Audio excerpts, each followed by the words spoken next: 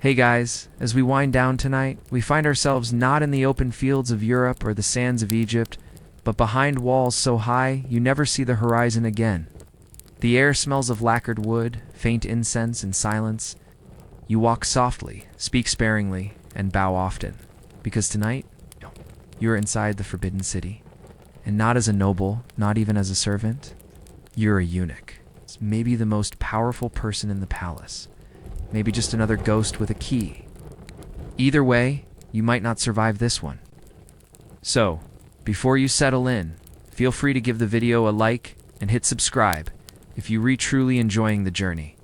You can also leave a comment. Let me know where you're listening from and what time it is there. It's always a small wonder. To see people tuning in from so many corners of the world, now, dim the lights, maybe turn on a fan for that gentle hum in the background, and together, let's ease into tonight's story. The world behind the red gates of China's Imperial Palace was not built for sleep. It was built for secrets, for rituals and shadows, for walking the same route every day and pretending not to notice who didn't return. You wake in a room not quite yours, under a roof that could collapse without notice or protect you forever.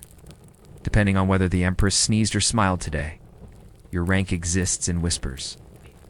Your loyalty is demanded, never returned. And your future, well, that was traded in the moment someone chose you for this life. Or maybe the moment you had no choice at all. Eunuchs were everywhere in the palace, cleaning inkstones, guarding doors, pouring tea with wrists bent just so. But they were never really there, not in the way people are. You were both inside and outside, crucial and disposable, or a walking paradox in silk slippers. And the job, it's not really a job. It's a ritual of existence. You manage the bedchambers of princes who forget your name, keep accounts no one checks unless you make a mistake, and memorize protocols so complex they could be confused for choreography written by an obsessive spirit. Sometimes a eunuch rises, gains favor, wields power, until the emperor dies, or someone new whispers the wrong name. And then that eunuch disappears. Quietly, maybe into exile, maybe into the pond, maybe into legend. Tonight, we'll walk with you through the hushed hallways of the Ming and Qing dynasties, lacquered beams and lacquered beams. We're into the lives of men who gave up one future to gain a place in another, and who learned that proximity to power is the most dangerous place of all. Let's begin with the basics. Why it sucked to be a palace eunuch in the first place. You are technically essential, and that's never a good sign. The emperor cannot run his household without you. Not really. Not if he wants the 1,000 moving parts of the palace to function without collapsing into a swamp of scrolls and scandal. But your usefulness is exactly what makes you inconvenient. You start your morning before the sun has fully convinced itself to rise. Not because you're eager, but because hesitation gets noticed. And in the Forbidden City, being noticed is a fast track to becoming a story someone tells in hushed tones near a koi pond. You wash your face with cold water steeped in chrysanthemum, petals not for beauty, but because someone decided your station requires the appearance of serenity. The petals float like indifferent memories across your basin. You splash them on your skin, and they cling briefly before slipping off, like your dignity. Then the walk begins. You're not permitted to run. Running is suspicious. Running means guilt or excitement. Both are dangerous. So you walk quietly, purposefully, through a courtyard where the stones are cold enough to whisper. Past doors guarded by other eunuchs who nod without eye contact. You don't greet them. You don't speak unless spoken to. You are a ghost with a morning assignment. Today you deliver the prince's inkstones for calligraphy, or perhaps you inventory the rice in the imperial kitchen. It could just as easily be sweeping the southern pavilion because a sparrow died in a corner. It doesn't matter. Every task is ceremonial. Every task is loaded with the gravity of tradition, etiquette, and the unspoken rule that if anything goes wrong, it will be your fault. You're given keys but not to open, to guard. You are handed documents but not to read, to carry. You are entrusted with decisions but only the ones no one wants responsibility for. You are important in the way a pillar is important to a temple. Silent, strong, and likely to be replaced if it cracks, you may think. At least I'm in the palace. At least I'm not a farmer breaking my back under the sun.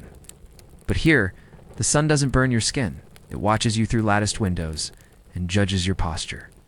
There is no rest from the gaze. Not the emperors, not the eunuch directors, not the countless eyes etched into dragon motifs that surround you like a bureaucratic dream with teeth. Sometimes you're given silk robes. They itch. Sometimes you're offered sweetmeats. They're laced with responsibility. And if you're ever promoted, that's when the real danger begins. Because the more visible you become, the closer you get to the emperor's favor. The faster you enter the mouth of the tiger. No one likes a eunuch with influence. It's not the Confucian ministers, not the generals, not even other eunuchs. Power makes you visible. And visibility is just the first stage of being erased. You remind yourself. Be useful, not threatening. Obedient, not invisible. Loyal but not ambitious. A walking contradiction with perfect posture, and nothing to lose but everything. And you haven't even had breakfast yet. You'd think breakfast in the palace might be a small reward? A warm bowl of something, a little silence, perhaps even the illusion of comfort.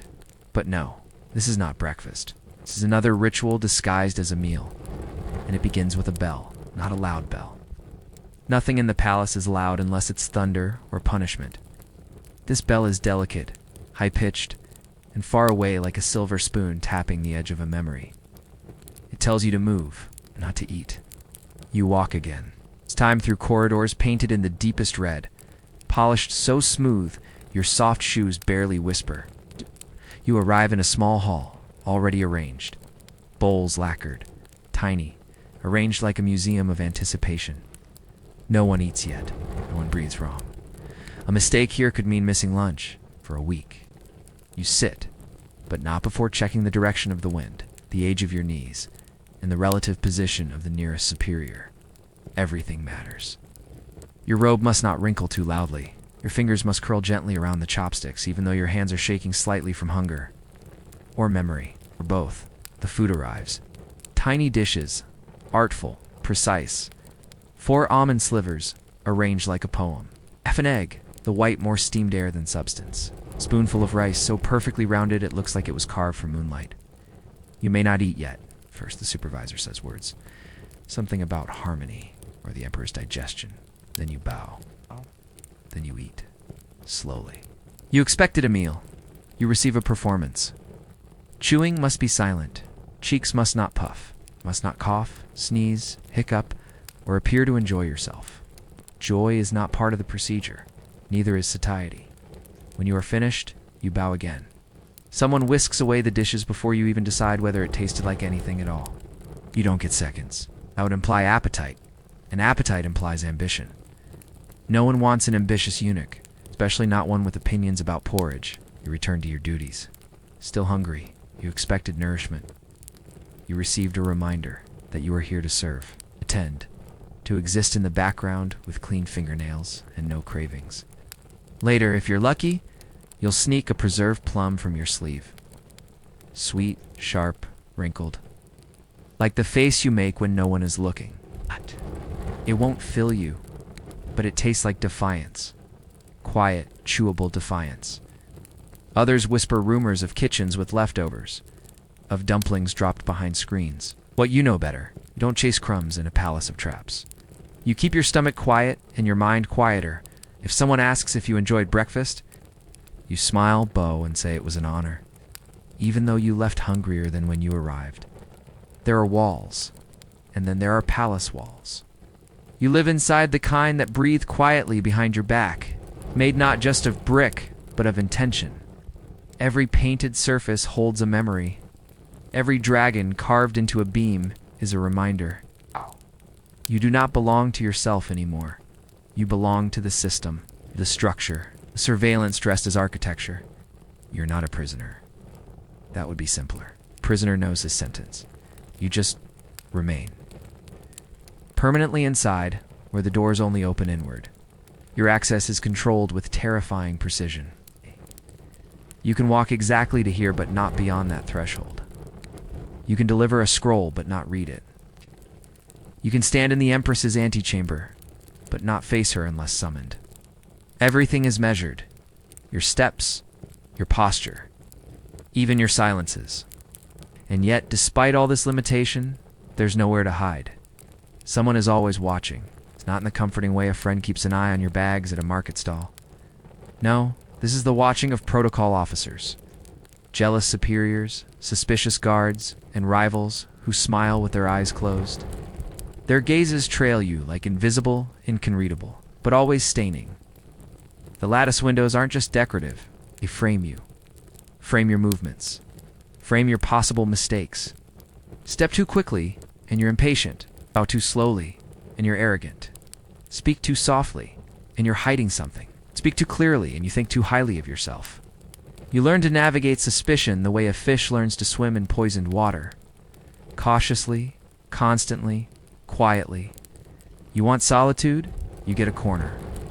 But that corner has a broom, and that broom belongs to someone else. And now, you've created conflict. Well done. Maybe you think you'll step outside into the outer courtyard. Breathe a little. Watch the sky. But there is no sky. Just a narrow stripe of blue, flickering between tiled rooftops. Like a lie someone told you about freedom. You tilt your head to see it, and a guard raises an eyebrow. Now you're suspicious of longing. Good job. You don't write letters. Not without approval. You don't keep diaries. Those are dangerous. You don't ask questions unless you want to be assigned somewhere dark and far and suddenly unimportant. So instead, you pretend not to see what you see. You train your eyes to blur the details, your ears to forget names. You become wallpaper with excellent memory and no opinion. And when someone disappears because someone always does you, don't ask. You offer no condolences. You don't even whisper. You simply accept the silence. Maybe they were promoted. Maybe they got sick. Maybe they looked too long at the wrong person. The palace doesn't explain. You can't leave, but you're always being measured as if you might. So you walk carefully, speak briefly, and bow often enough that your spine hums like a taut string. You are everywhere and nowhere. Present, but not personal. And if someone calls your name, you answer with a smile that's just wide enough. Never too much. Don't remember choosing this life, because you didn't. It begins with someone else's decision. A parent, perhaps. A relative in debt. Or maybe a village official with too many sons and not enough grain. You were not asked. You were offered. Like a bowl of rice handed over to settle a dispute. Maybe you were 7. Maybe 10. Old enough to walk. Young enough to forget what a future used to feel like. The ceremony, if you can call it, that was short. There were no candles, no music, just cold hands, old tools, and a silence that thickened the air until it stuck to your throat. You are told afterward that you will serve the emperor now. You are lucky. You are honored. You are whole in a new way. None of these things feel true. The pain is there. Of course it is. But it's the confusion that lasts longer. The sense that something important slipped away while you were distracted by a bird on a windowsill. It wasn't just your body that changed. It was your placement in the world. Suddenly, you're not a boy. But you're not a man either. You become something else. A third category, person-shaped tool. At first, people avoid your eyes, as if they might catch something. Oh man. Then they stop seeing you entirely. You're given new clothes, simple thin, and just stiff enough to remind you they're not yours. Your hair is cropped, your name shortened. You become a smaller version of yourself. One more pebble in a long line of pebbles arranged neatly outside the inner court. Training begins, but not in swordplay or calligraphy. You're taught how to walk without being heard. How to carry a teapot without a drop spilling. How to bow at the correct angle depending on who stands before you. It is not education. It is transformation by subtraction. You thought service might mean duty, and perhaps one day you'd rise through loyalty? But loyalty, you soon learn, is assumed, and suspicion. It's permanent. The other eunuchs watch you closely, not with kindness. With calculation, you are a new variable, a threat, or a replacement. You try to be invisible, but invisibility takes practice. You still breathe too loudly, still hesitate when the superior speaks too quickly, still flinch when a guard passes too close. You write letters, home short ones, approved by your handler. You say you are well. You say you are learning. You say thank you, even though you are not, and you are not. No, but you know the truth. Even if you returned, you wouldn't fit. Not in your old shoes, not in your father's field. You belong nowhere now. The palace has made you necessary and nameless. So you recite your titles at night like a prayer. Palace attendant, lower steward, assistant of the third rank. You say them slowly, as if they matter, as if they build a bridge back to who you once were. They don't, but they keep your mouth moving in the dark. You see the emperor? You serve the emperor. You do not know the emperor. He is both closer than breath and farther than the moon. One moment, he is a figure passing just beyond the silkscreen, perfumed, embroidered, silent. The next, he is a voice behind a curtain, asking for tea you must not spill. And later, a name spoken by others with reverence so stiff it might crack if bent.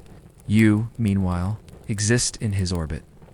A small moon caught in the gravity of his presence, never colliding, never permitted escape. You expected awe, maybe even pride. But what you feel is small, not the humble, virtuous kind. The kind that makes you forget your own height, your own spine, your own shape. Because near the emperor, you must unbe yourself. You are an extension, a placeholder, a moving piece in his puzzle box of divine order. You deliver his garments. They are heavier than you imagined, not from fabric, but from symbolism. Gold-threaded robes that smell faintly of camphor and thunder.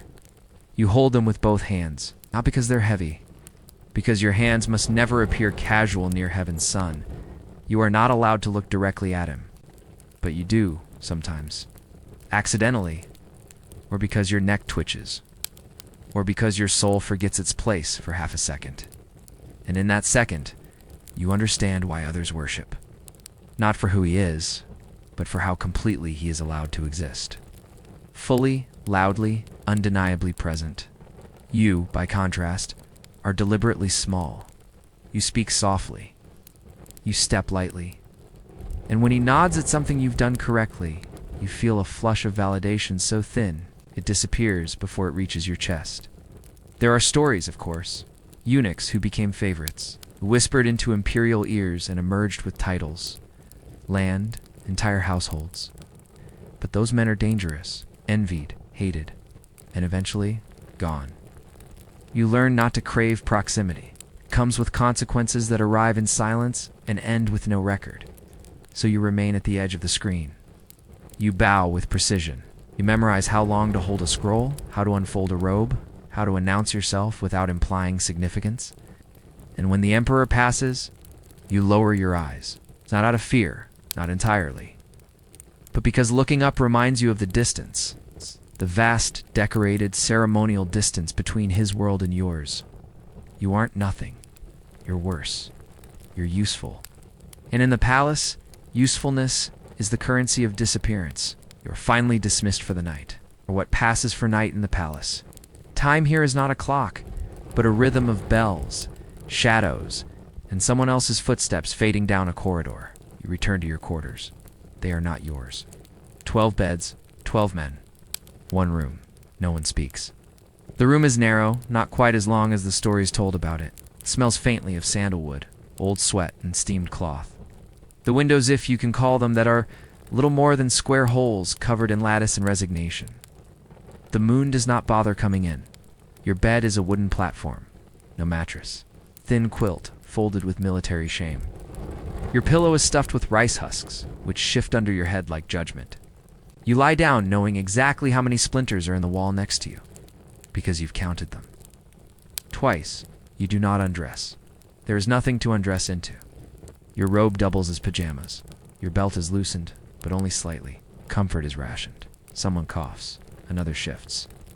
One man, you think it's Dong, breathes like he's bargaining with the ceiling, but no one complains. You can't afford complaints. They leave echoes, and echoes invite attention. You thought there might be camaraderie. 12 men sharing a space, all equally misplaced by fate. Perhaps shared jokes, muted laughter, a moment of rebellion whispered under a blanket, but no. Intimacy is dangerous. The closer you grow, the more you know, and knowing makes people disappear. So you sleep near strangers you know too well. You know how they fold their robes? Who snores after a long day? Cock cries softly when the lights are out, and still.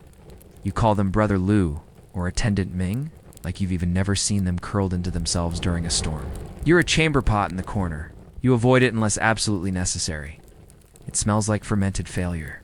And your shoes are close by, neatly placed, because you learned once painfully that forgetting your shoes meant someone else took them. And you walked barefoot across freezing tile in the dark. You stare at the ceiling, or rather the beam that slices through the room like a quiet threat. You imagine sleep. You do not find it. Instead, you count breaths, splinters, regrets. You try not to dream, because dreams belong to people with privacy. And walls here have ears, claws, and administrative authority. At some point, the oil lamp is extinguished. Darkness wraps around you like a tired supervisor. The room exhales. 12 men pretending not to exist in a space too small for memory. You are not alone. You are not comforted. You are simply present, horizontal, and trying not to be the loudest heartbeat in the room. You wake to the sound of someone not quite coughing. It's the kind of sound people make when they want to cough, but also want to survive the morning. You sit up. Your quilt has shifted just enough to let cold air find your ribs. You are awake, but that does not mean you are ready. There is no breakfast. Not yet. There is paperwork. You report to your assigned station, maybe the Imperial laundry records, or today's log of coal deliveries, or the ever-urgent accounting of how many jade combs were moved from one ornate box to another identical ornate box. No one tells you why. No one knows why. The records must simply be kept. Always. Even if no one ever reads them. You dip your brush in ink. The inkstone is cold. Your fingers are colder. You do not shiver. Shivering is undignified. Shivering is suspicious. The characters must be neat, too neat, and you're showing off. Too messy, and you're lazy. Just right, and you're safe. For now, paranoia is the true language of the palace. Not Mandarin, not Cantonese, not classical Chinese carved in stone. Paranoia. And everyone speaks it fluently. Someone asks you to pour tea. It sounds simple. It is not. You lift the teapot with 2 fingers in one prayer. The handle is too smooth, the spout too eager. You pour slowly, not to hide its splashes, not to loot's clumsy. The tea must steam, but not fog the porcelain. Your wrist must bend, but not tremble. Your face must be neutral, but not blank. Someone comments that your sleeves are very clean today. You smile, thank them, panic slightly. Are they complimenting you? Warning you? Testing you? You spend the rest of the day wondering if your sleeves were too clean. You roll them in dust before evening, just in case. The scrolls you deliver are unread. You know because you folded them, sealed them, watched them sit untouched for days. But you still bow as you hand them over. As if they hold prophecy. As if they matter. Sometimes a senior eunuch asks for help with inventory. A great honor. You count brushes. 114 inkstones, 23 teacups, 74. Wait, was it 75? You count again. 74. But what if there was a 75th teacup, and someone is testing you, and the missing cup is on purpose? You do not sleep that night. This is how you live. Between a list and a whisper. Between ink and fear. A single wrong stroke in the margin of a scroll can make you memorable. And no one wants to be memorable. You learn to make your handwriting steady, your expressions unreadable, your presence forgettable. You are not a bureaucrat. Not really. You are a ghost who files things. A ghost with clean sleeves. A ghost who worries, quietly, about teacups. And tomorrow, it will happen again. The list will be longer. The teacups more judgmental. And someone somewhere will remember how clean your sleeves were. Promotion sounds lovely. In stories, in theory, in places with windows, the palace, a promotion is less like climbing a ladder and more like climbing a very old tree where the branches are rotted, the bark is greased, and someone's already sawing at the base. You hear your name, you are summoned, you are told you've been noticed, and that's when the problems begin. You are moved from one hall to another, your sleeping mat is relocated, your duties are reassigned, you carry different scrolls, more dangerous scrolls, so ones people pretend not to see. Your robes get fancier, stiffer, more embroidered, harder to keep clean. They no longer whisper obedience. They now suggest influence. And influence in this palace is a kind of disease. Suddenly, people bow lower when they see you. They hold doors a moment longer. They smile too much. You don't feel honored. You feel watched. You're assigned junior assistants. They do not speak unless spoken to. They bring you tea that's a little too warm. You begin to wonder, was that accidental? Or is it time to stop drinking tea altogether? The higher you rise, the narrower the hallways feel. Literally and metaphorically. We're closer to the Emperor now, perhaps. Closer to whispers behind lacquered screens, but also closer to the chancellors who dislike your kind. The generals who remember your status. The scholars who believe your presence is a perversion of Confucian ideals. And the other eunuchs who wonder why it was you and not them. There are eyes everywhere. Your own colleagues glance over their shoulders when they see you. Conversations halt mid-sentence. A joke dies in someone's throat. You've become what they call a person of note, which is just a softer way to say person on a list. You eat better now, a little meat, better rice fruit, sometimes, but it tastes like warning. You chew carefully, as if each bite contains a rumor or a confession. You're expected to offer suggestions now. Very small ones. It's very carefully worded. If you speak too boldly, you're overstepping. If you speak too softly, you're useless. If you remain silent, you're hiding something. The Empress Dowager knows your name. It's supposed to be a compliment. It is not. You sleep with your shoes beside your bed, ready to run. You begin keeping 2 sets of robes, one for official duties and one for disappearing quickly into a side hall. You dream less, you bow more, you speak less, you smile more, begin to vanish by degrees, a shadow outlined in gold thread. Then one day a friend is gone, not dead, just gone. His room is empty. His things reassigned. No explanation. Just a gap where someone used to sit. You fold your new robe carefully. Too carefully, you understand. Promotion doesn't mean arrival. It means you're now close enough to be removed efficiently. There are rules written in scrolls. And then there are the rules that keep you breathing. The written ones are carved, copied, and recited by those who have never cleaned ink from the bottom of an emperor's teacup. They tell you how many bows are required per audience, the proper titles for addressing someone whose rank you can't pronounce, and exactly how far your hands must be apart when presenting a scroll. But these rules won't save you. The real rules are different. They're not spoken aloud. They're learned through consequences, through watching someone else get it wrong. Once, Rule 1. Never be the first to speak, even if you are asked, especially if you are asked. Rule 2. If a superior says do as you see fit, you do nothing. Absolutely nothing, unless you enjoy being told you've misunderstood something sacred. Rule 3. Remember everything, forget everything.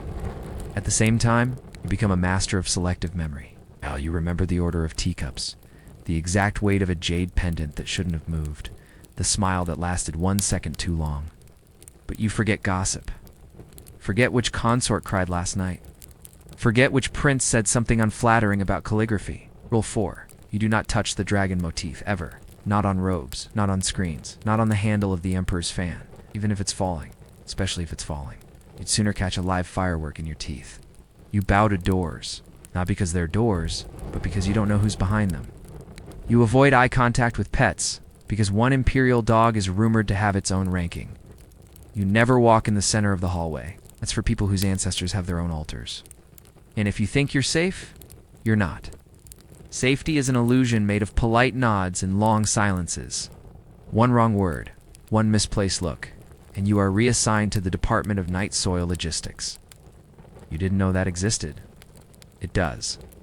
You keep your robe simple, your hair neat, your tone measured. Not because it's proper, but because it's armor. People with uneven hymns get noticed. People with personality get remembered. Remembered is not what you want to be. There are stories of men who forgot these rules. One tried to correct a superior on a poem's phrasing.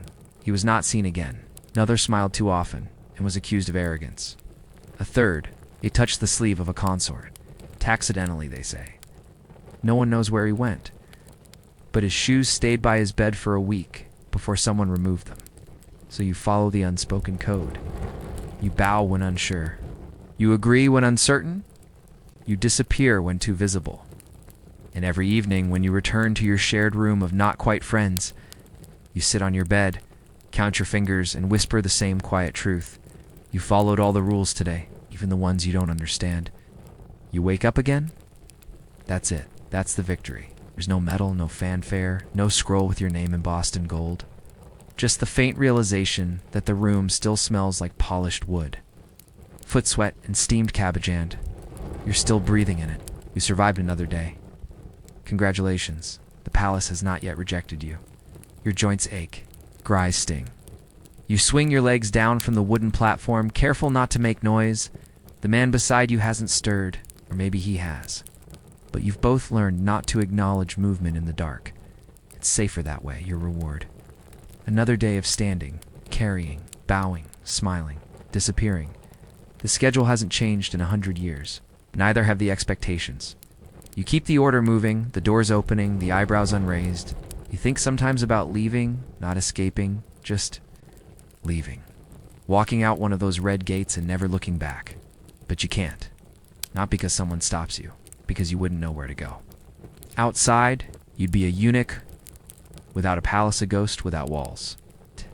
Inside, at least the walls know your name. So you stay. You polish another box that doesn't need polishing. You deliver a scroll no one will read. You receive a nod from a superior who once forgot you existed. You feel nothing. Or something close to it, a vague hum of not having failed yet. That's the prize. Because in the Forbidden City, the highest compliment is continued inclusion. You are not praised. You are simply not removed. You are still assigned tasks, still permitted access, still required to exist. You are nobody. But you're a consistent nobody, which ironically makes you valuable. You remember someone once saying, as long as you're busy, you're useful? You don't recall who said it? This might have been a eunuch. This might have been your own voice in a dream. Your robe feels heavier today, not with embroidery, just with repetition. You wonder how many steps you've taken in these halls, how many bows, how many mornings like this one. You don't count anymore. Counting would give it shape, and shape makes things real, better to float. So you smile when you're expected to. You bow exactly 17 degrees. You nod at superiors, ignore inferiors, and dust the emperor's cabinet with a cloth that smells like lavender and anxiety. And then, in a brief moment of unscheduled quiet, you look at your reflection in a bronze plate. It's warped. You look soft at the edges, not young, not old, just present, and you think, I am still here. Not honored, not exalted, not even comfortable. Just here. No. And in the palace, that is enough. Wei Zhongxian was born poor. Not the kind of poor where you share a roof with too many cousins and hope for rice on festival days. No, this was deeper. The kind of poor that feels like a permanent fog, that sticks to your sleeves and makes your name sound smaller every time someone says it. He was born in Suning County, into a world that did not expect anything from him. And that was the first mercy. You imagine him as a child. Dirt under his nails. Skin chapped from wind that felt personal. Maybe he had shoes. Maybe not. 8. He likely grew up with the knowledge that survival meant being useful quick with errands. Quiet around authority, fast to disappear when work ran out. You'd think poverty would be the worst part. But then comes the choice. Or rather, the non-choice. At some point in his teenage years, historians argue about exactly when he entered the palace. But not through talent. Not through inheritance. Through scissors. He became a eunuch. No ceremony. No drama. Just one irreversible step taken by someone with nothing left to lose. Or someone who thought loss was already behind him. You understand this now? How one terrible thing can feel like a solution when every door is already locked. Inside the palace, he was nothing. At first, not the charming favorite. Not the skilled scribe. Just another silent boy in a sea of silent boys. Each trying not to be trampled by protocol and ambition. But Wei was observant. It's not just with his eyes, those can lie but with his silences. He noticed who looked tired, who repeated themselves, who moved scrolls but never read them. He noticed which rooms stayed warm in winter, and which ones always had the best fruit. These are the kinds of things no one teaches, and no test measures. He started small, carrying things, polishing furniture, fetching tea. He did it exactly right. Not too quickly quickness is suspicious, not too slowly laziness is unforgivable. Just right. It's just forgettable enough to pass beneath notice. till he didn't. Because forgettable isn't sustainable. Not when you're ambitious. Not when you've already given up the right to a different future. Wei began to rise. Slowly, carefully, like steam. He found ways to be useful. Well-timed message delivered before a superior could be embarrassed. A detail remembered when others hesitated. A compliment, not too flattering, but just flattering enough to be repeated later in a higher voice. Still, no one expected much. He had no family name worth speaking, no scholarly training. Just instinct, hunger, and a blankness that other people filled with their own expectations. But if you looked closely, you'd see the calculation behind his bowed head. The way he watched the powerful, not with reverence, but with quiet curiosity. Like a cook watching ingredients and wondering if they'd stew well together or explode. Wei Zhongxian was born with nothing. But he had time. And time in the palace is a scalpel. If you're patient enough, you can carve your place out of the silence. Being noticed by the emperor is a bit like being kissed by a dragon. It's warm, it's flattering, and it means your life is about to get very, very complicated. Wei Zhongxian somehow became the favorite. No one's exactly sure how. Maybe it was the timing, or maybe it was luck. Maybe it was that rare and dangerous skill of saying exactly what someone wants to hear, without appearing to say anything at all. The young emperor, soft-faced, lonely, surrounded by ministers who quoted poetry instead of speaking plainly, found comfort in Wei. Wei was older, more experienced, endlessly accommodating. He never argued, never flinched. He knew when to nod, when to pause, when to agree without agreeing. And so, Wei became more than a servant. He became a presence. You wouldn't call him powerful yet, not officially. But doors began opening just a little faster when he approached. Clerks smiled a little more tightly. People remembered his name, even when pretending to forget it. You could feel his shadow enter a room 5 seconds before his actual footsteps. You might think this is good. That being the emperor's favorite means protection, privilege, comfort. It does. And then it doesn't. Because favorites are temporary, favorites attract envy. Favorites become responsible for things they didn't do. As the higher you are, the longer the drop. Wei received better robes, finer food, servants of his own. But with each new gift came a new obligation. He now had to speak on behalf of the emperor, carefully, but clearly. He had to deliver messages between factions, listen to arguments with no resolution, and make decisions that everyone would later blame on someone else. He stopped sleeping well. Power does that. Even borrowed power. He began managing the emperor's schedule, deciding who saw him, who didn't. He wasn't just the messenger anymore. He was the filter, the gate. The trusted other half of a ruler who barely wanted to rule.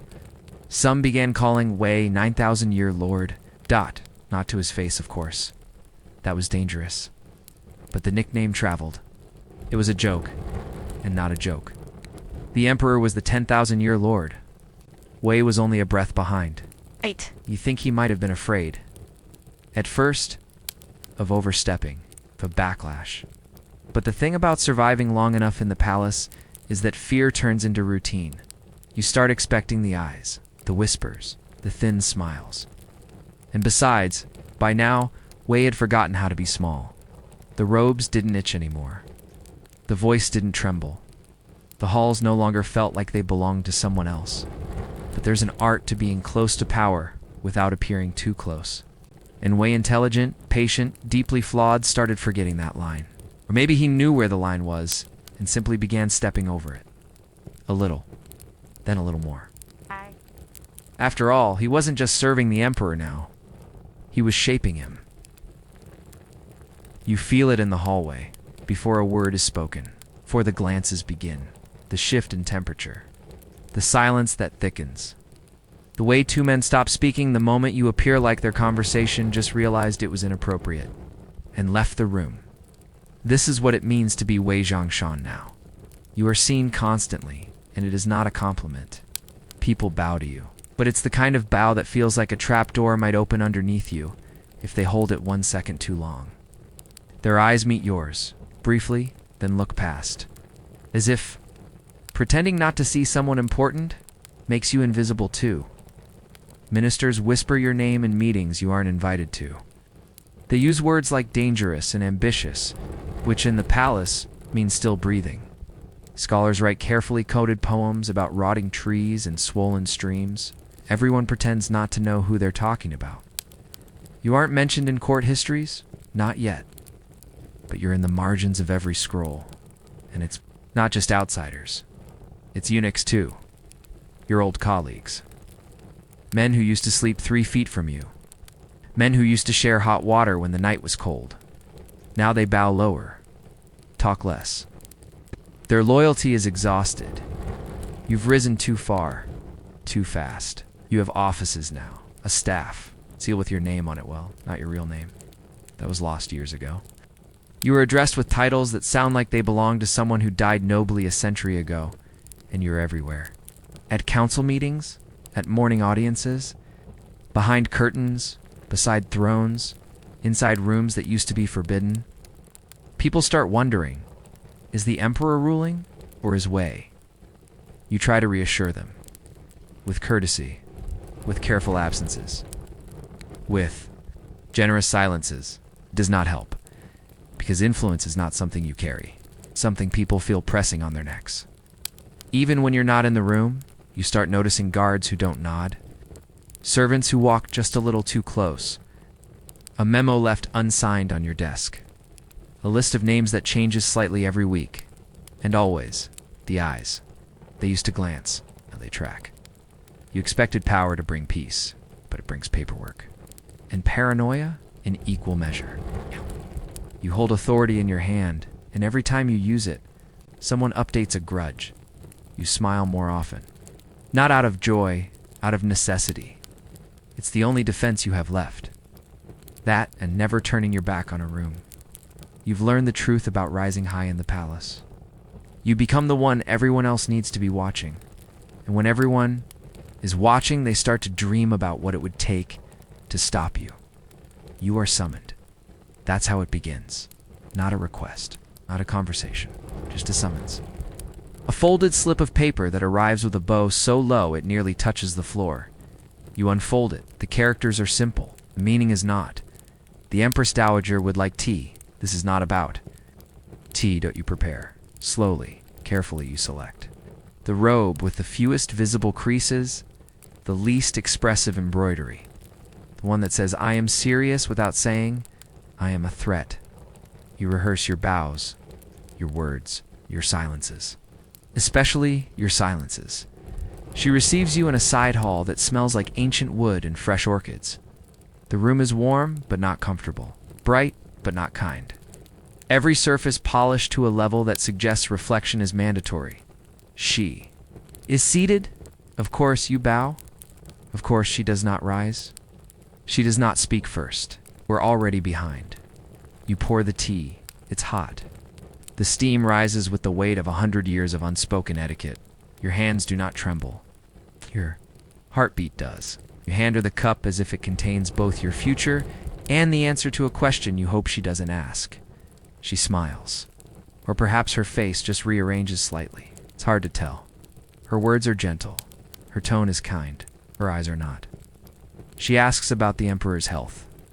You answer with reverence. She inquires about a certain document. You deflect with care. She compliments your diligence, your robes, your posture. You wonder if any of those things will help you tomorrow. You sit only when offered. You sip tea only when prompted. You smile only when it is mathematically appropriate. This is not a conversation. This is an exam where all the questions are. Riddles and all the answers are traps. She speaks of harmony, balance, service. The tone is soft. The meaning is stone. Every word she utters is another brick in the wall, narrowing around you. You remember stories? Eunuchs who crossed her? Ministers who underestimated her? The one once tried to interrupt her mid-sentence? No one recalls his name. Now. Or his sentence. She does not raise her voice. She does not threaten. She simply continues to smile. And in that smile, you read volumes. About limits. About lineage. About how quickly one can become uninvited from the table of power. You thank her for the tea. You bow lower on the way out than you did on the way in. You walk backward, as protocol demands, so that you do not turn your back on the matriarch of the dynasty. When you finally leave the room, your knees ache, your mouth is dry, and your robe feels heavier than before. And all she did was smile. Enemies. In the palace, don't wear labels. That would be polite. Instead, they wear polite expressions. Their robes embroidered with restraint. And hats tilted at just the angle that says, "I'm watching you, but with dignity." By now, Wei Zhongxian has more enemies than allies. Possibly more enemies than floor tiles. And this is a palace paved in paranoia. The problem isn't knowing that people hate you. The problem is remembering which ones smiled when they said your name. It starts subtly. A document that takes longer to arrive. A small funding request that vanishes into pending review. A seat at the meeting moved slightly to the left just. Far enough from the emperor to say, "You're not essential today." You'd think that's petty. It is. But pettiness is the palace's national currency. Wei tries to track them all. The Confucian ministers who believe eunuchs should never rise. The generals who resent his proximity to military decisions. The scholars who write vague but devastating metaphors in their reports. The other eunuchs who murmur in stairwells and smile with all their teeth. It becomes impossible. There are too many. They rotate. They evolve. One man hates you today because you interrupted him in court. Another hates you tomorrow because you didn't interrupt him when he needed saving. Your list grows until it curls around itself like a scroll with no end. And just when you think you've identified them all, someone new appears. A face you don't remember. A name you once helped promote. And now, they're on the other side of the chessboard, rearranging pieces with a smile that smells like incense and betrayal. You make a chart. Mentally, of course. Names, alliances, potential threats. And someone switches positions, or allies with someone else, or drops a carefully casual insult about your handwriting. Now the chart is wrong. Again, you stop trying to win friends. You settle for managing hostility. Keep it predictable, contained, controlled.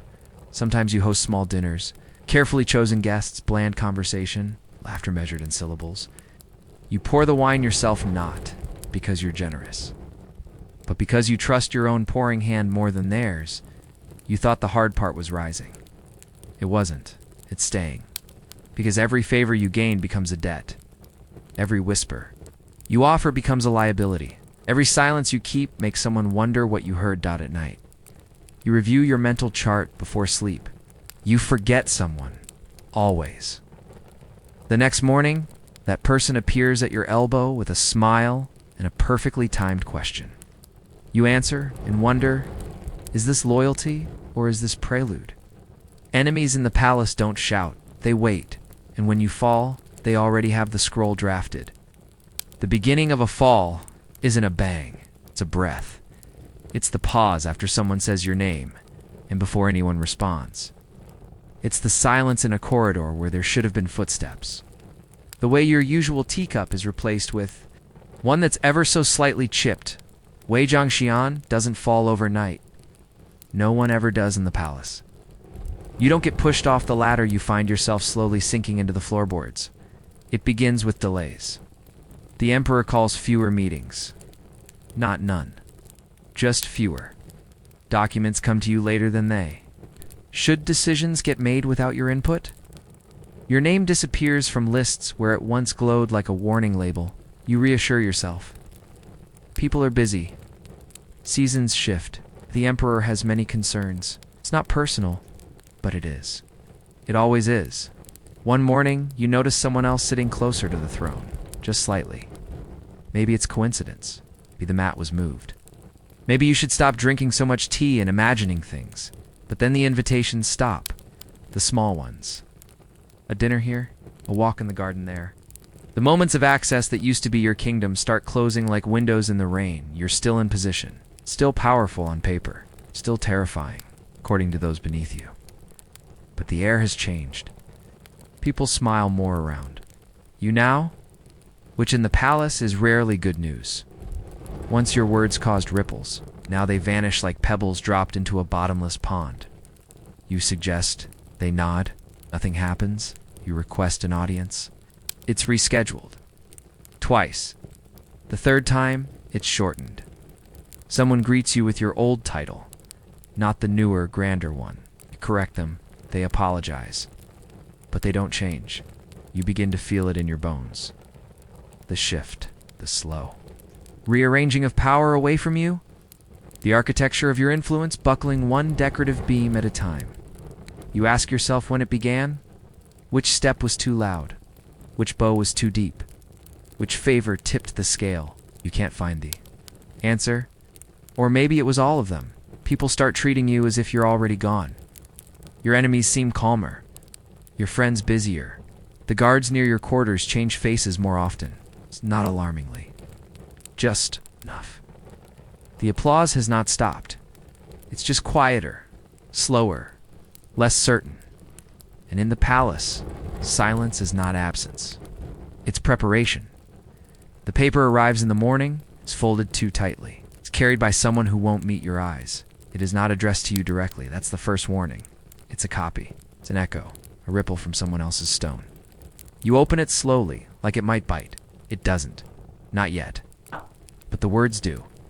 They are polite, conditionally reverent, masterfully vague. A report of irregularities, concerns raised, an inquiry suggested. There's no names mentioned except yours. You. Sit still. You sip your tea. It's cold. No. You don't remember letting it cool. You were prepared for this. You weren't. You expected jealousy, not paperwork. You imagined a dramatic confrontation, not a formality wrapped in ceremonial calligraphy. There's no shout, no public spectacle, just a knock that never comes. And then another report. Another. Layers of ink and suspicion. It's delivered with bows and silence. You try to speak with the Emperor. He is unavailable. He's reading. He is walking. He is ... not present. You send messages. They are received. They are not answered. The halls grow quieter, not in sound, but in behavior. People avoid stopping near you. They keep their voices low.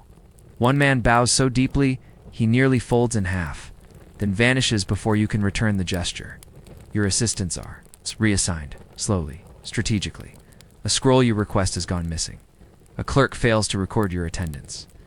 You begin to see gaps forming around you like teeth falling out of a polite smile. An official arrives, not high-ranking, just high enough he asks for clarification, not of crimes, but of decisions.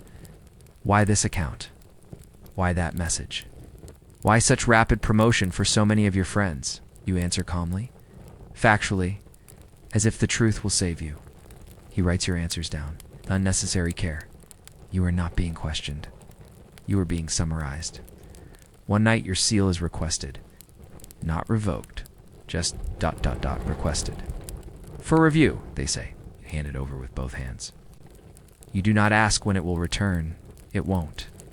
You stop receiving documents, then visitors, then news. It feels less like exile, more like evaporation. Your door does not lock from the outside. It doesn't need to. There is nowhere to go. No one left to go to.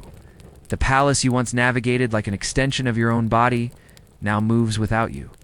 The gears still turn, the bells still ring, the curtains still rustle in the breeze. But they no longer pause when you pass.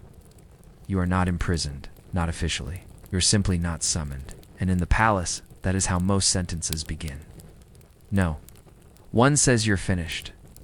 They say things like, you've served well, or it's time for rest, or His Majesty wishes you peace in your later years.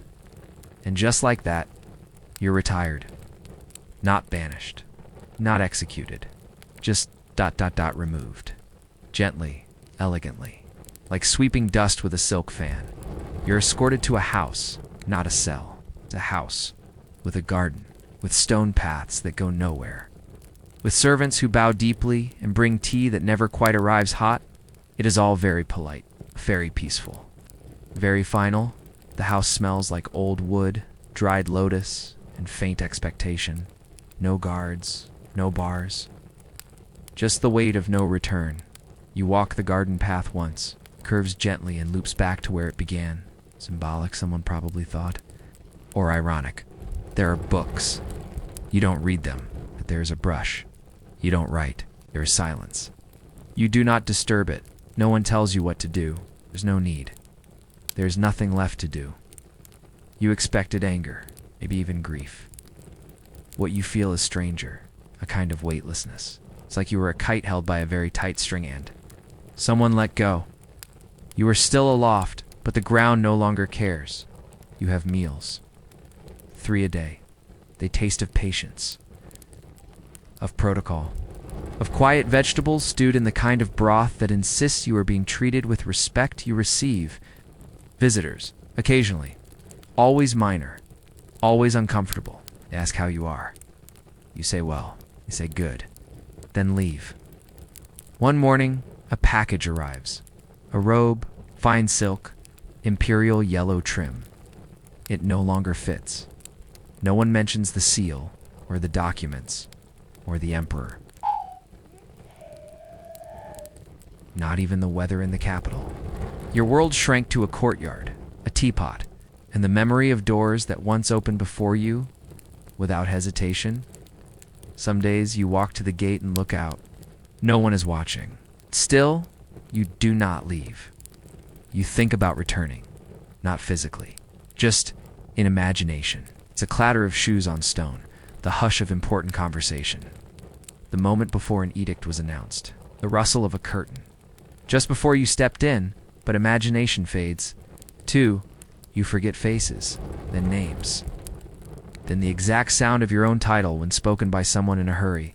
You sit under a tree that doesn't bloom. Anymore you fold your hands, you wait and know. One arrives. It starts with a correction, a small one, a record updated.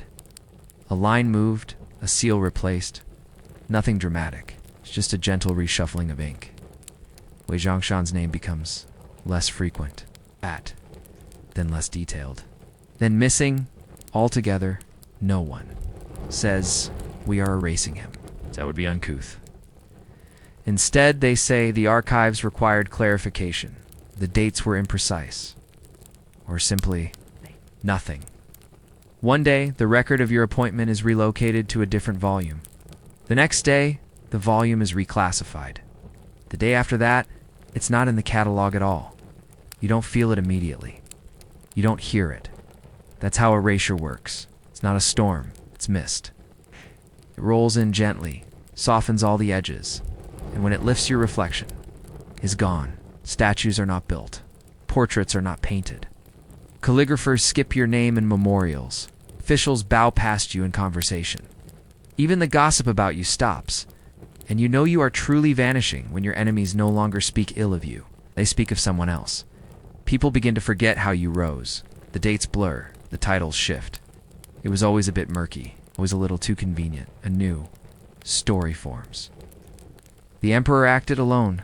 Reforms were his wisdom. The appointments were strategic. Wei was there, yes, but only in the periphery. He served tea. He delivered documents. He was respectful, obedient, forgettable. You were once the second most powerful man in China. Now you are a footnote written. In invisible ink, you try, perhaps, to leave something behind.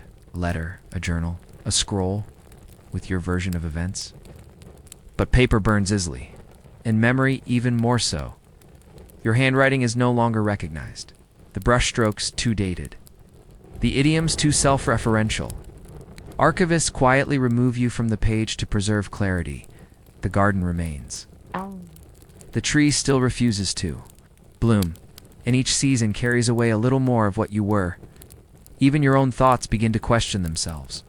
Did I really sit beside the throne? Did they truly call me 9,000 dear lord? Was I ever... You don't cry? There's no one to see. You don't protest.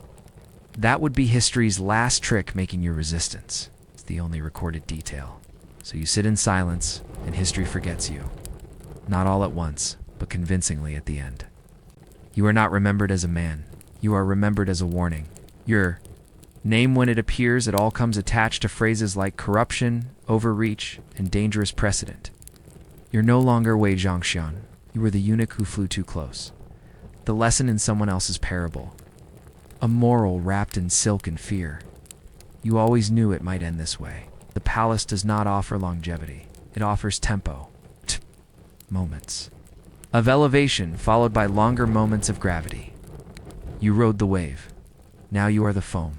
You no longer have visitors. Or if you do, they do not say your name aloud. They ask polite questions about the garden, or the weather, or what you read lately. They do not ask what you remember. They do not want the truth. They want the silence. The history books move on. They give your chapter a few lines. Or none. The emperor's reforms are attributed to wisdom, to heavenly guidance, to divine insight everything except the quiet hours you spent planning them while he napped behind a screen. One day, you'll hear laughter outside the garden wall. 2 junior clerks discussing a lesson. A name is mentioned. Yours. You lean forward. You almost smile. He was evil, one says, and arrogant. The other nods. He tried to control everything. He'd betrayed the emperor. They laugh. There. Footsteps fade. You sit back down. You want to shout. That wasn't how it happened, but you don't. Because shouting would mean someone still hears you. You think back to the scrolls, the meetings, the corridors, the careful dances around politics and preference. The decisions no one else wanted to make. The weight of power balanced on your tongue, sentence by sentence. You lived without a legacy, then you were given one, against your will. It's not the facts they remember, it's the shape of the story. It's easier that way, neater. You are cast in ink as the shadow, so that someone else can be painted in gold. You imagine a future. A student reading your name in a scroll, briefly, curiously. They will not know the sound of your voice. The color of the tea you liked, the way you folded your sleeves 3 times before entering the throne room. They will not know the ache in your knees, or the taste of being feared and forgotten at the same time. But they will know your name, briefly, and then they will move on. You sit quietly beneath the same tree. It does not bloom, but the leaves fall, one by one, without hurry. You do not speak. You do not rise. You simply remain. A name in someone else's story. You carry the basket with both hands. It is not large, not ornate. It's just a woven cradle lined with cloth and filled with keys, dozens of them. Bronze mostly, most age to a dark patina, others newly forged but already forgotten. They rattle like old memories. You carry them not because you've been told to, because someone must. This is the Imperial Key Basket. No one talks about it much. It isn't listed in ceremonies. It doesn't appear in the scrolls, but everyone knows it exists, knows who carries it. And everyone, including you, knows better than to ask where all those keys go. You expected something grand, keys that open treasure vaults, sacred archives, secret gardens, and yes, some do. But most open things far less. Magical.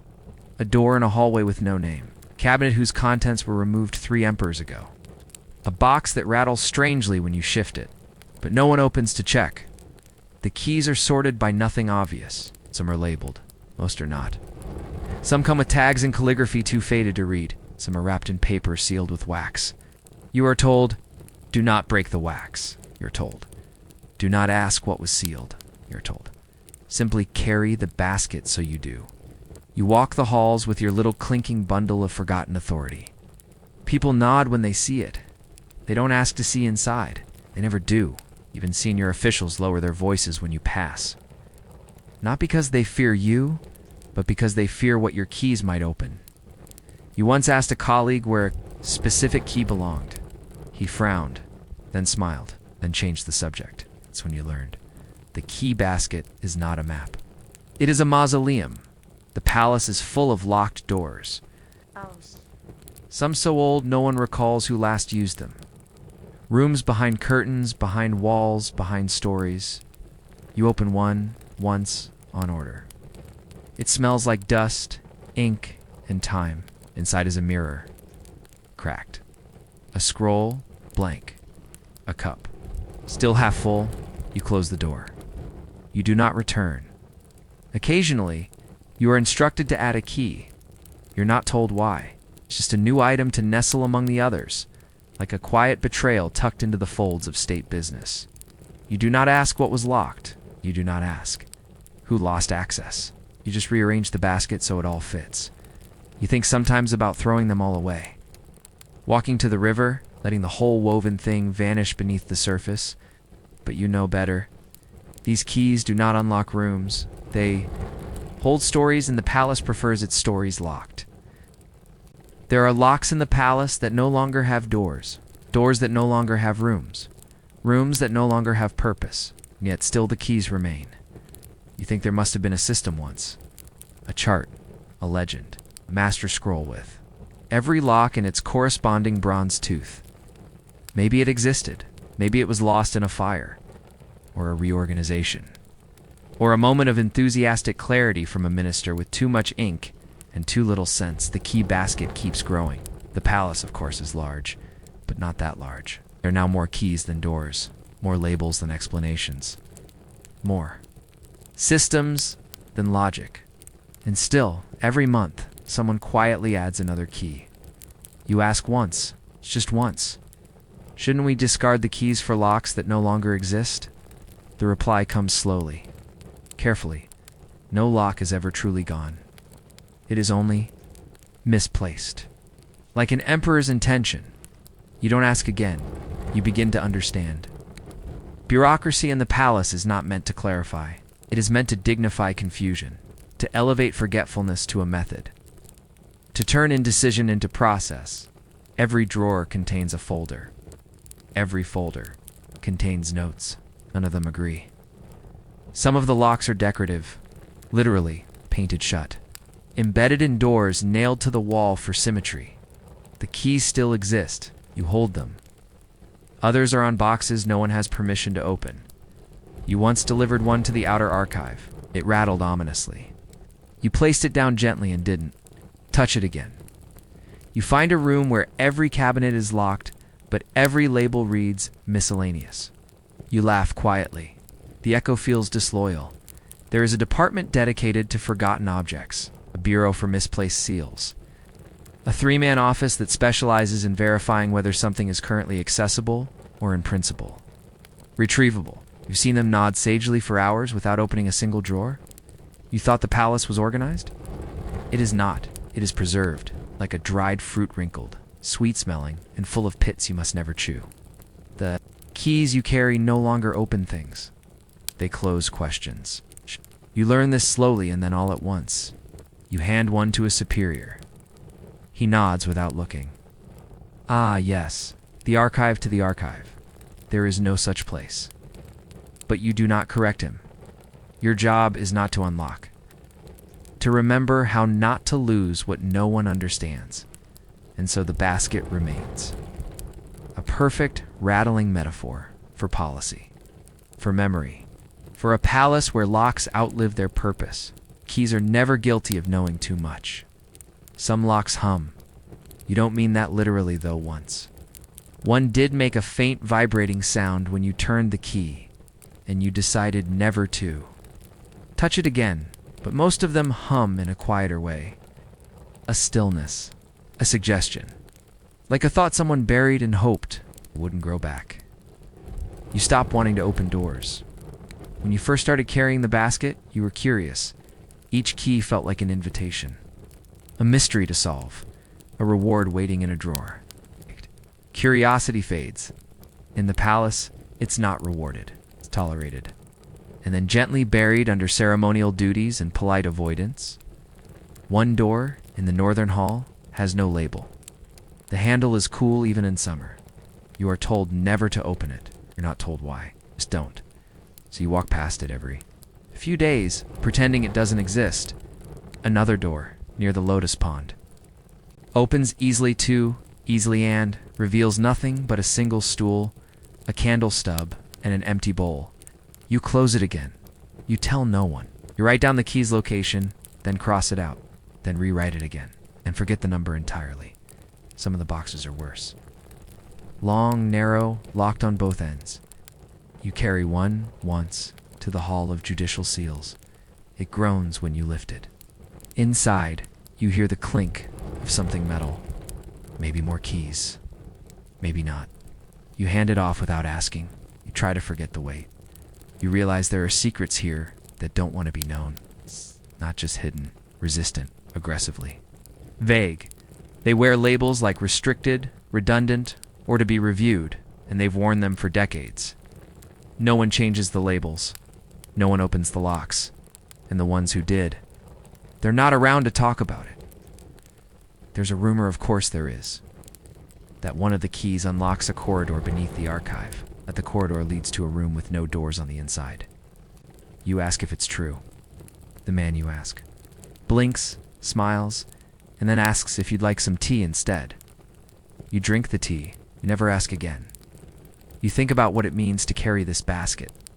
Not power, not knowledge, custody. You hold the palace's forgotten intentions, misplaced, guilt, misfiled revenge. Everything too important to destroy, but too dangerous to acknowledge. One day, you misplace a key. It falls between the floorboards. You don't reach for it, you let it go. You tell no one. And in that moment, you understand something simple, something permanent. Some locks are safe or closed. Some keys are meant to disappear. And some secrets hum.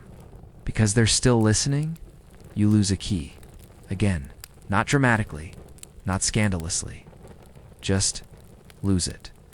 It slips between shelves, or falls behind a cabinet. Or maybe it was never really there to begin with. You report it, you. Don't you fill out a scroll? You seal it. You place it gently in the tray, marked pending clarification. It will never be read. That's the trick of the key basket. It's not about access. It's about appearance. Carry it. Therefore, the palace must still contain things worth locking. You record keys, so someone else can pretend there is an inventory. And if something is missing, well, it must be in the system somewhere. It's just not today. There are locks that were invented after the keys. Doors commissioned to match a pre-existing mystery. Scrolls written to justify cabinets that had already been filled. You once saw a clerk writing a description of a sealed box he had never opened. Appears official, he wrote, possibly jade. The box was wooden and empty. You no longer ask if anything in the basket matters. That question leads nowhere. Worse, it leads to meetings. Instead, you develop your own categories. Keys that jingle, keys that stick, keys that seem to resist being held. You sort them not by function, but by feeling. There's one key that makes your fingers itch every time you touch it, another that always feels slightly damp. You keep them both near the bottom, buried beneath the ones with clear purpose. Or, at least clear legends. You begin to suspect that some of the keys are decoys. Created long ago to suggest a secret. An illusion of danger wrapped in bronze. It works. People treat the basket like it might explode, or worse, reveal something. There's a strange peace in this now. No one truly wants you to open anything. He just wants you to continue walking, keys in tow, as if the rhythm of your footsteps reassures them that the palace is still working, still secure, still organized. You think of writing a manual, a guide to the meaningless. But then you realize that would give it meaning. So you don't, instead you maintain the performance. You nod seriously when someone asks for the intermediate hall latch. You hand them a key that fits nothing. They thank you. No one notices. You once overhear a junior scribe whisper, "The key basket holds the soul of the palace." You don't laugh, because he's right. He's also completely wrong. The soul of the palace isn't in the keys. It's in the need to pretend they matter. He arrived before you. He was already carrying the basket when you first saw him grayer. Quieter, always facing slightly away, like someone who had long since stopped needing the full world in front of him. They said he knew every key, every lock, every room, every reason. But no one ever asked him anything directly. His name you can't remember? No one used it. People called him the basket master, half in jest, half in reverence. He kept a ledger, a personal one, not official, bound in cracked leather, smelling like old tea and mothballs. You glimpsed it once. Diagrams, notes, drawings of keys with tiny numbers and sad arrows. He never opened anything without reason. Or if he did, he never admitted it. When a question was asked, he answered it with another, "Is that door still used? Or do you think the room wants visitors?" That last one made you laugh. Once, quietly. He did not laugh back. People feared him in the softest way, like, They feared forgotten corners, or sudden drafts, or stories half told by candlelight. He wasn't dangerous, but he was inconvenient. He remembered too much. Worse, he remembered inconsistently. One day he pointed at a door and said that one used to open wider. No one had ever seen it open at all. Another time, he refused to unlock a small cabinet in the Empress Dowager's gallery. It's not ready, he said. Or maybe we're not. You don't know what that meant. He wouldn't say eventually. Someone asked why he was still working. He smiled and said, because forgetting requires maintenance. And then, one day, he wasn't there. No explanation, no announcement, just an empty mat, an unattended basket. The tea in his cup still warm. You were told to take over. You asked where he went. Reassigned, they said. To where? To where he belongs. The basket was heavier when you picked it up. Not physically, just heavier. You found his. Ledgered 2 weeks later, under a loose floorboard. Pages missing. Others inked out so deliberately it looked like sorrow. You kept it, never read it out loud now. When people ask you about a key, sometimes you answer like he did, do you? Think the room wants visitors? No one laughs. And sometimes in the older corners of the palace, you still see his handwriting. Tiny notations no one else notices. A mark beside a doorframe. Strange characters scratched beneath a drawer. You never erase them, because in a palace, built on forgetting, the one who remembers is always the most dangerous and the most alone. At some point, the keys stop being the burden. You do, you are still here, still carrying. Still walking the same polished corridors that smell faintly of lacquer, steamed turnips, and history too proud to retire.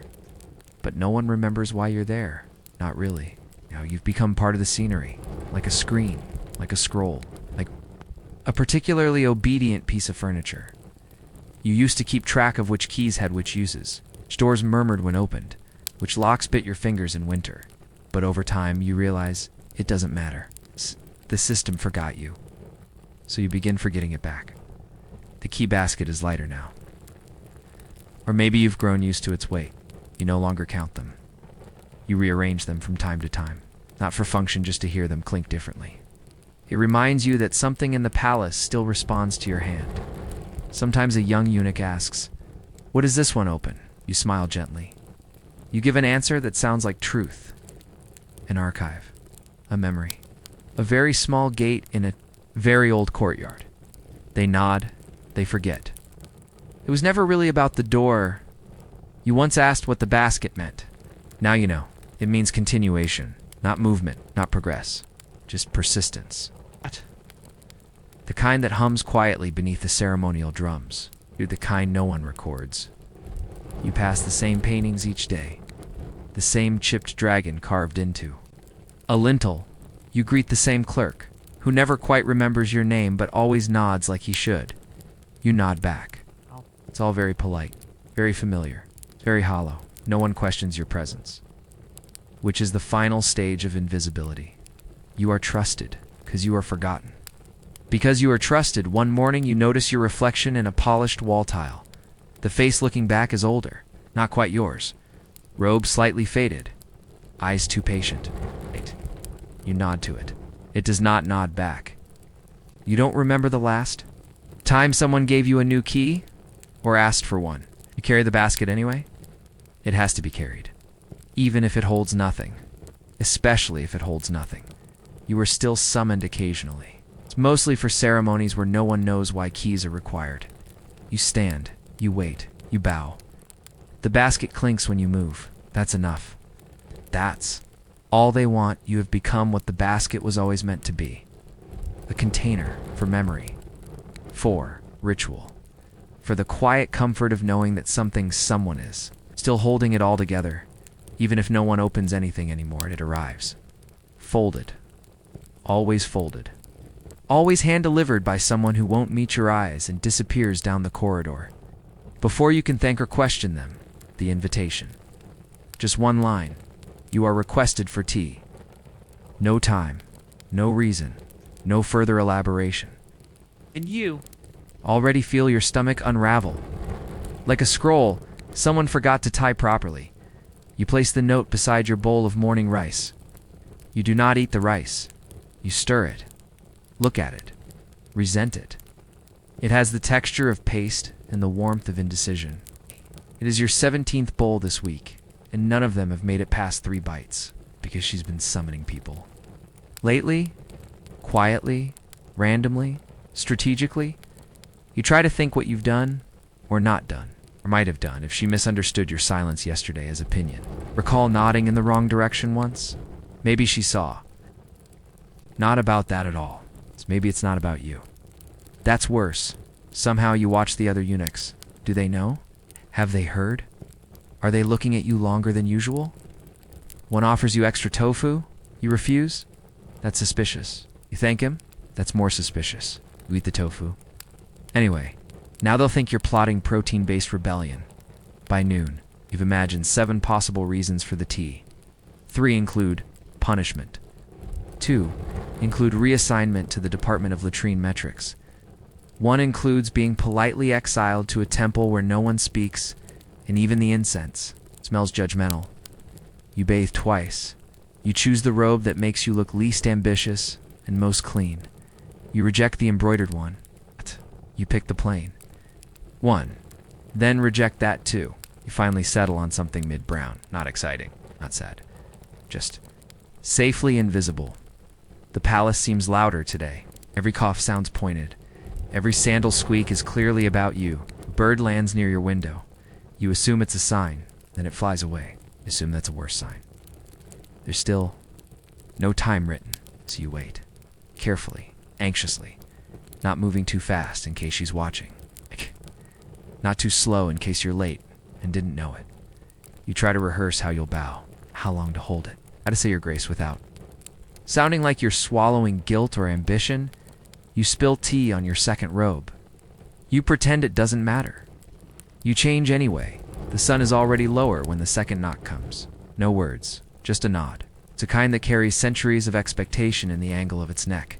You follow. Your mouth is dry. Your palms are colder than your breath. You feel the weight of every bowl of rice you didn't finish this week hanging somewhere behind your ribs. There's a draft in the corridor. It smells like sandalwood and fate. You are not ready. No one ever is. The walk is longer than usual. Not in distance, your feet know the palace well enough to walk it blindfolded by now. It's the kind of long that stretches time, not space. Every turn takes 3 heartbeats. Every echo travels with you like it's also worried about being late. You follow the attendant in silence. You do not ask questions. You do not adjust your robe. You certainly do not wipe your brow, even though the back of your neck has begun to perspire in a rhythm that feels like a small orchestra of guilt. You pass through a corridor you've never used. That's unsettling. You try to pretend it's normal. You study the floor tiles as if they hold answers. They do not. One is cracked. You wonder if anyone ever dares report that. The door is shorter than expected. Not symbolically short. Physically. You must duck slightly to enter, which feels suspiciously intentional. You bow, essentially, before even arriving. Inside, stillness, like the inside of a bell after it has forgotten how to ring. The Empress Dowager is not here yet, or perhaps she is, behind one of the silk screens. It is impolite to check. You sit. Only after being pointed toward the cushion. You do not speak. The room smells like dried plum, cold stone, polished disapproval. You wait. You count the heartbeats between each passing breeze. You try not to shift. The cushion is just thin enough to punish hesitation. Your knees already hate you. Your spine is unsure whether this is reverence or a trap. You stare straight ahead at nothing.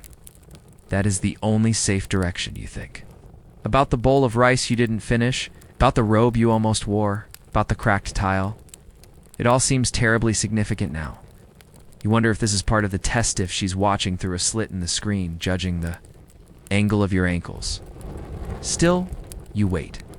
Someone coughs in the distance. You flinch internally. Someone drops a tray, somewhere far away. You assign meaning to it, then unassign it. The longer you sit, the more the room feels like it was designed not to welcome, but to erode. At one point, a servant enters with a teapot. You do not look at them. You hear the water pour deliberate, careful, the sound of expectation being slowly measured out. The tea is placed in front of you, untouched. Do not move toward it. You have not yet been told. You imagine. Getting up, leaving, laughing, but your body has entered a state of sacred paralysis. Movement would now be treason, or worse, rude then. Footsteps, soft, precise, measured in confidence. The kind of approach that sounds like the room is adjusting to her, not the other way around. You bow, instinctively. Practiced. Deep enough to suggest humility. But not so deep you can't recover. You keep your eyes lowered. You feel the room. Notice her. She does not speak yet, and neither do you. She sits, not quickly, not slowly, like a tree deciding where to grow. No rustle of fabric, no exhale, just presence. Ow. The room realigns around her. Even the dust seems to bow. You do not look directly at her. That would be presumptuous. You do not look away entirely. That would be evasive. You aim your gaze precisely 1.5 teacups below her left shoulder, position tested over generations. Speaks. Eventually. Her voice is soft, with a sharpness folded into it like a needle sewn into silk. She asks you if you are well. You say yes. Whether it's true is not the point. She gestures to the teapot. It is your task. Of course you pick it up. 2 hands. Elbows close. Movements slow enough to suggest gravity, but not illness. You pour. You do not spill. You do not glance at the spout. You do not let the tea splash. You do not breathe while doing this. Her cup is filled to the correct level, just under full, just over respectful. She does not thank you. That is correct. Do not expect thanks. That would be too hopeful. Hope has no place here. She sips. You do not. You must wait until she invites you. She does not invite you. Instead, she speaks again. About harmony. It's about duty. About the importance of smooth transitions in turbulent times. These are not questions. These are test shapes, designed to see how you tilt. You nod. Slowly, you make a sound. Not a word, just the polite vowel that means I hear, and I do not. Exist independently. She continues. Her sentences are short, but each one trails a tale of implication. You try to follow. It's like catching fish with your bare hands in dark water. You nod again, carefully. Once. You wonder if she knows why she summoned you, or if this is simply a test of readiness, of balance, of how long you can endure the burden of conversation without contributing meaning. You think about the tea. It smells faintly of osmanthus. Floral, light, slightly bitter. You still have not been told you may drink. Your throat is dry enough to powder your own tongue. She asks if you're comfortable. You are not. You say yes. She smiles, possibly you. Wonder if this is kindness. It is not. There is a long pause. Not silence, there's always the sound of distant sandals and indifferent birds' butt paws. The kind that stretches across dynasties. You do not shift. Disagree with this decision. Finally, she gestures to your cup. You bow slightly. Raise it with both hands. Sip once. The tea is predictably too hot. You do not flinch. You are now burning in a socially acceptable way. The Empress Dowager looks at you for a long moment. Then she says, "It is good that you listen well," which in this room is either the highest compliment or a reminder that silence is the safest thing you can offer. There is an art to saying nothing, and in the palace. It is an art practiced more rigorously than calligraphy or swordplay. Words are the least important part of speaking.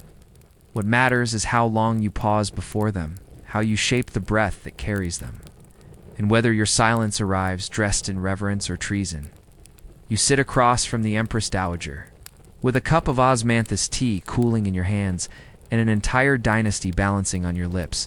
She asks you what you think of a recent administrative reassignment. A low-ranking magistrate. Far away? Meaningless, you say. It was well considered. That's all. Nothing more. You leave the echo of uncertainty just long enough to suggest wisdom, not reluctance. She nods slowly. Like someone approving of a vase for how little it leaks, she asks, What you've heard in the southern hall. You say little of value. Not nothing. Never nothing. Nothing suggests evasion. Little implies you're listening. Always listening, she comments on your age. Says you've served for many years. Says loyalty becomes heavier with time. You smile. You say it is an honor that grows. You do not clarify whether it grows like a tree or a tumor. You sip your tea. Finally, it is lukewarm, faintly bitter, quietly offended, like your nose.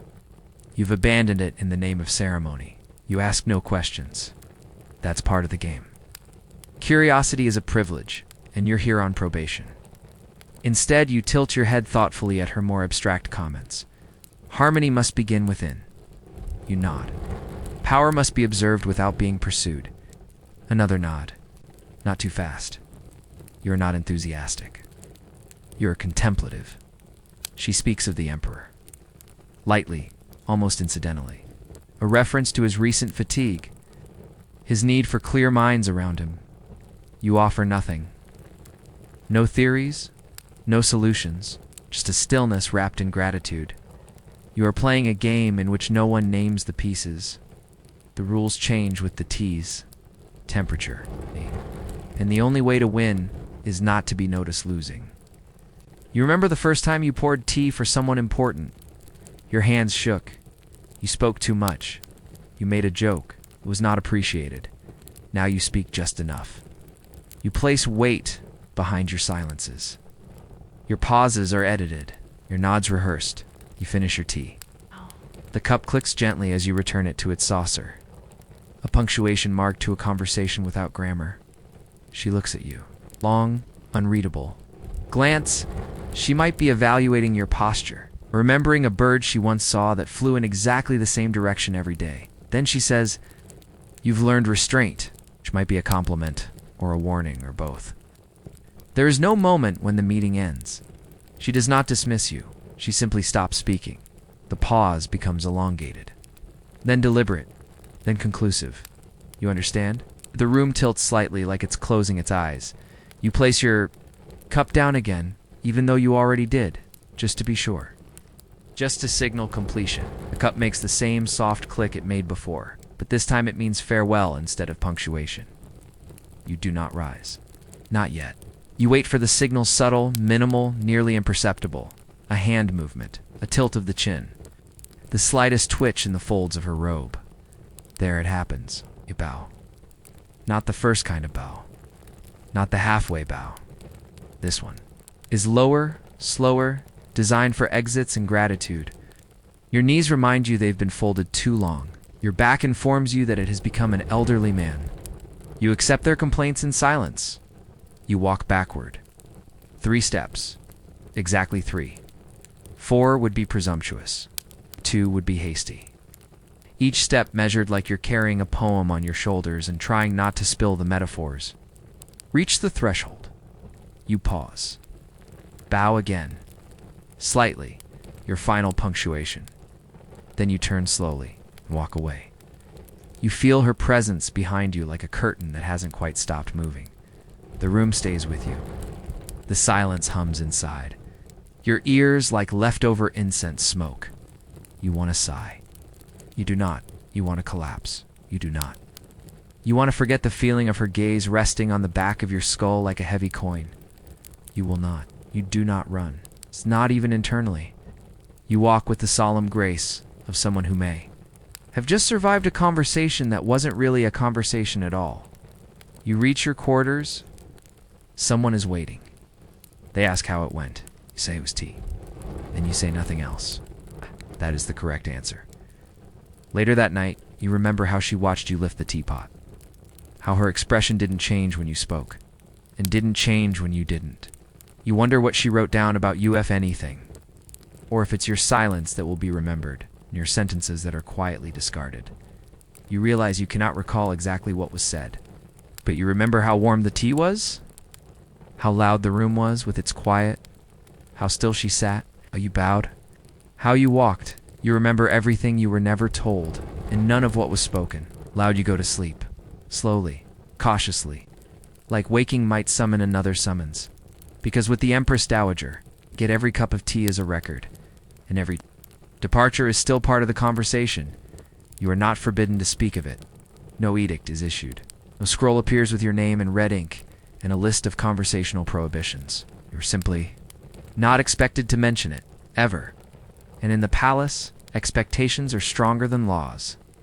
The other eunuchs don't ask. They look at you differently, not with suspicion, but with careful interest.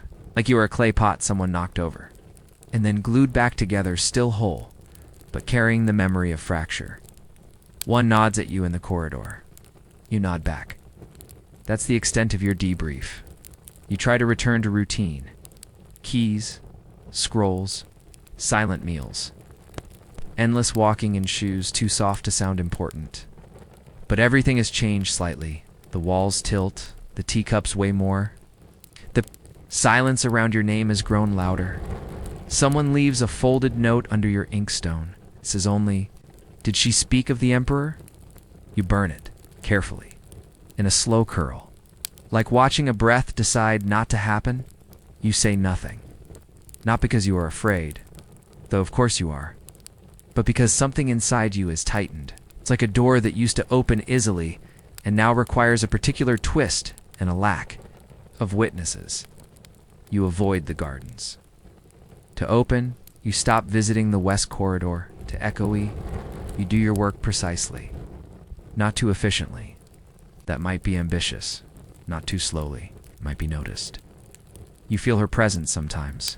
Not literally, but in the spaces where your mind used to wander. Now it walks in circles. Around a teacup. Around a sentence. Around a silence so specific it has become its own memory. You're invited nowhere for a while. That is both relief and punishment. You eat alone. Sit alone. Sleep with one eye half open, metaphorically. Eventually people stop looking at you strangely. Then they stop looking at all. You are reabsorbed into the scenery. A proper eunuch. A proper piece of furniture. Smooth edges, quiet joints, no reflections. Someone new arrives. Young, careful. Their robe to clean. They ask if you've ever had tea with the Empress Dowager. You pause. Sip your soup. Say no. It is the most honest thing you've said all day, because you didn't have tea. Tea was had around you, through you, despite you, and it is still happening. You wake in the night sometimes. You do not speak of it. You carry the memory like a broken seal in your pocket. Not useful, not visible, but unmistakably there. You carry it with the rest. And so, you leave the palace walls behind for now. The corridors grow quiet. The teacup cools.